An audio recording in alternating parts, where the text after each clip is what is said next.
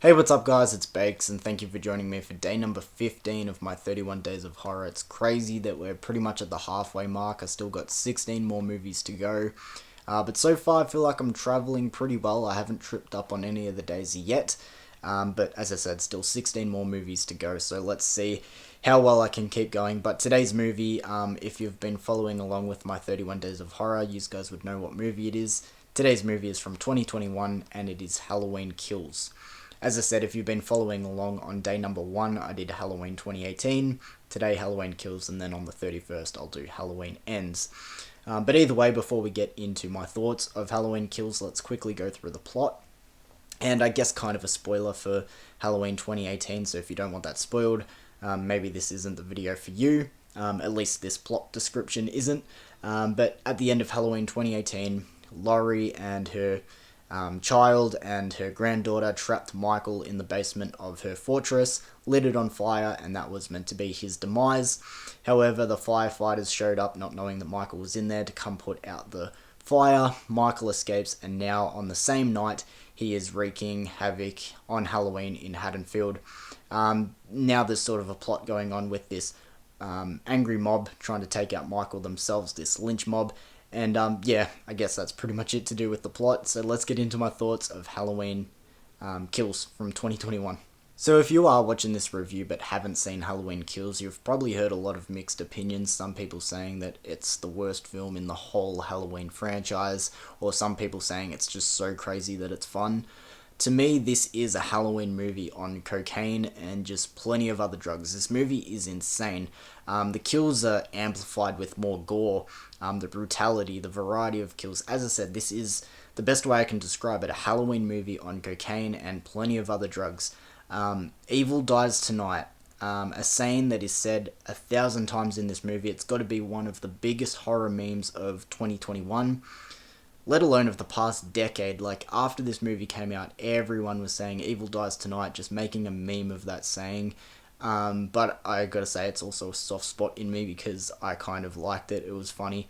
The whole lynch mob angle in this movie is insane. You're gonna hear me say insane a lot because it just is crazy. As I said, the lynch mob is ridiculous. It's over the top. Tommy Doyle, a legacy character from the first original Halloween movie from '78, returns in this movie, and he's just fucking insane. He's leading this lynch mob.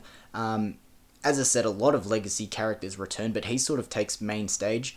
And if you remember my review of Halloween 2018, I said in that movie, Laurie was borderline crazy in that movie. She was just on the hunt for Michael, out for blood. It was teetering on insanity. But I think Tommy Doyle now takes the cake for being the most insane character that we've got in the Blumhouse Halloween trilogy. He is like leading this lynch mob. He is out for blood, looking for Michael, and he just takes the crazy to a whole nother level. If you've seen this movie, you're gonna know 100% what I'm talking about. So starting off with a few positives that I have with Halloween Kills. First of all, this movie opens up with a flashback to the original Halloween night in 1978. At the end of the day, it's not overly necessary to the plot or the story that's going on in this movie, but I feel like it just starts the movie off on the right foot, and honestly, it's a nice sort of slower pace to what the rest of the movie is, which, as I said, is just pure insanity. It's probably the most grounded part of the movie, honestly. I also really love that they established that Michael was never returning specifically to get Laurie. He was always just returning to come home. I feel like it's a good touch, especially since in the first movie they clear up that Laurie and Michael were never related, and that, they just nipped that in the butt. I feel like it's a good place to just sort of wrap it all up and say, yes, he was never returning home for Laurie specifically, he just wanted to come home. I also loved the shout out to Halloween 3. Now, I've said this on my channel before, Halloween 3 is the unsung film in the Halloween franchise just because it doesn't have Michael in it. It should have been a standalone movie in the first place, I do agree with that, but it is a good movie. Don't hate on it just because it doesn't have Michael in it.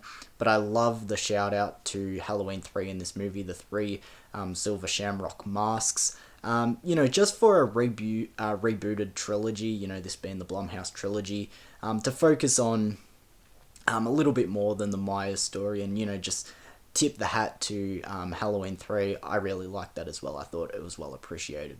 Now, time to get into some of the more fun and ridiculous moments in this movie.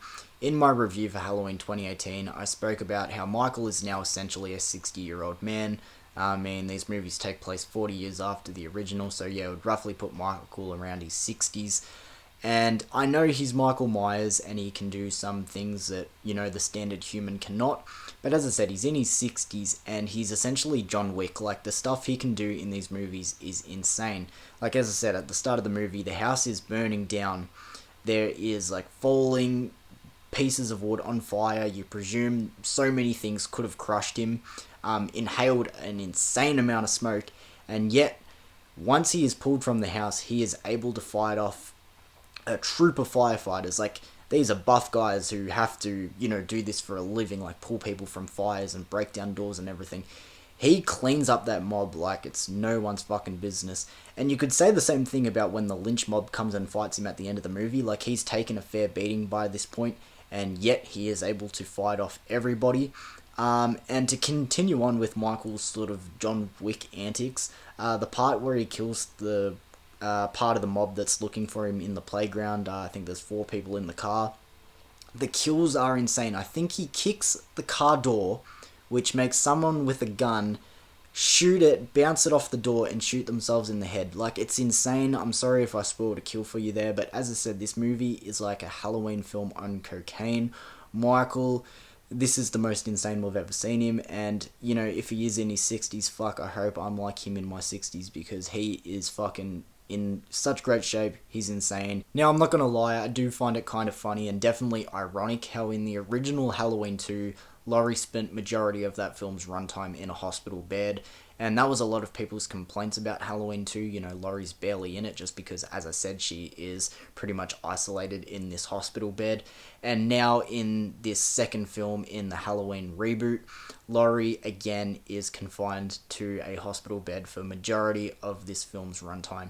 And honestly, I kind of feel like they did it on purpose, like this cheeky little nod, like, yep, we're doing it to you again. I feel like it was kind of done deliberately.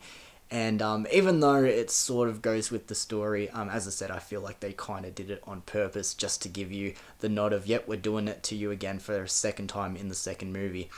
Another thing I find so weird about this movie is them thinking that the other patient that escaped with Michael in Halloween 2018 was Michael. So if you forgot, in Halloween 2018, the bus carrying all these patients from hospital to hospital, excuse me, crashes and a handful of them get away.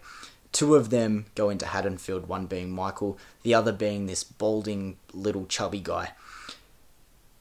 He and Michael look nothing like each other. However, there's a part where the little chubby patient, escaped mental patient, rocks up at the hospital where the lynch mob happens to be, and they go, "There's Michael." He looks nothing like Michael. If you are getting him and Michael mixed up, you are so fucking dumb. First of all, they show pictures of Michael and the escaped mental patient on TV earlier, so they know what Michael looks like. And all that aside, they've got Tommy Doyle there and a lot of people who have had interactions with Michael before. They know how tall he is. They know he wears this blue jumpsuit and this William Shatner mask. Yet, they see this little chubby guy running around who is clearly not a threat, and they're like, that's Michael, let's get him. And I feel so bad for this little chubby guy, and I'm sorry I'm describing him as little chubby guy, but I don't know how you can get those 2 characters confused. It blows my mind, but it is fucking hysterical. So as I wrap up my final thoughts of Halloween Kills, I know a lot of the things that I've brought up and mentioned in this review sound like negatives, and to be fair, I just feel like there are a lot of elements in this movie that just don't work. But on the other hand of it, this movie is just so fucking ridiculous. Like, as I said, this movie is insane. I know I've said it so many times. This is Halloween on just a mixture of drugs. It is very different to a lot of the films that we've got in the Halloween franchise. And in a way, it's just hard to not find fun and enjoyment while watching this movie. As I said, I'm happy to admit there are a lot of elements to this film that just don't work, and by all means, I don't think this movie is great by any means, but it is just so fucking insane and ridiculous that it's just got this rewatch factor. Now, in time, I feel like more people will grow to enjoy this movie and appreciate it. And I feel like even now, this film's only been out for 2 years. People are starting to come around on it for those reasons. As I said, give it 10 to 20 years, which might sound like a long time, and I'm sure a lot of people, as I said, are coming around sooner. But in 10 to 20 years, I feel like majority of people will look back on this movie as one of those fun popcorn flicks where you just turn your brain off and have fun. You know how we think of some of the late Friday the 13th movies or Nightmare on Elm Street or just any far distant franchise sequels.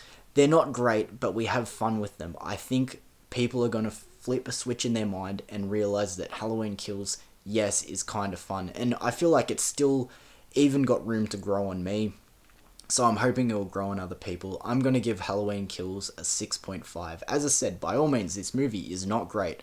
So, if you haven't seen this movie before and you're disappointed, don't come for my head because, as I said, it's not a great movie. There are a lot of elements that don't work, but it is just so fucking ridiculous. This lynch mob running around town saying, evil dies tonight, evil dies tonight. Like, if I was Michael, I'd be fucking snickering and going, what are these fucking idiots doing? Them getting confused, Michael with this little chubby guy. Big John and Little John.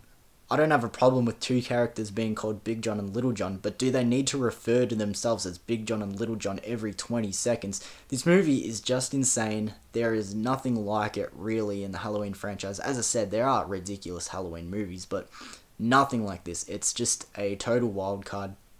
As I said, I'm going to give it a 6.5. As I said, over time, I can see myself having more and more fun with this movie. Definitely one that I'd recommend to watch with a group of people and have fun with, So, Halloween Kills from 2021, as I said, a 6.5. And thank you for joining me for day number 15. As I said, we're pretty much at the halfway mark. The only other movie that I have set in stone is on the 31st when we finish the Blumhouse trilogy with Halloween Ends. So thank you guys for sticking around with me so far on the 31 Days of Horror. I hope everyone is having fun. Let me know if you've watched any of the movies that I've done reviews of for this series so far, or if not, let me know what you're watching through October, counting down the days to Halloween. But either way, I will see you tomorrow for day number 16, guys. Peace.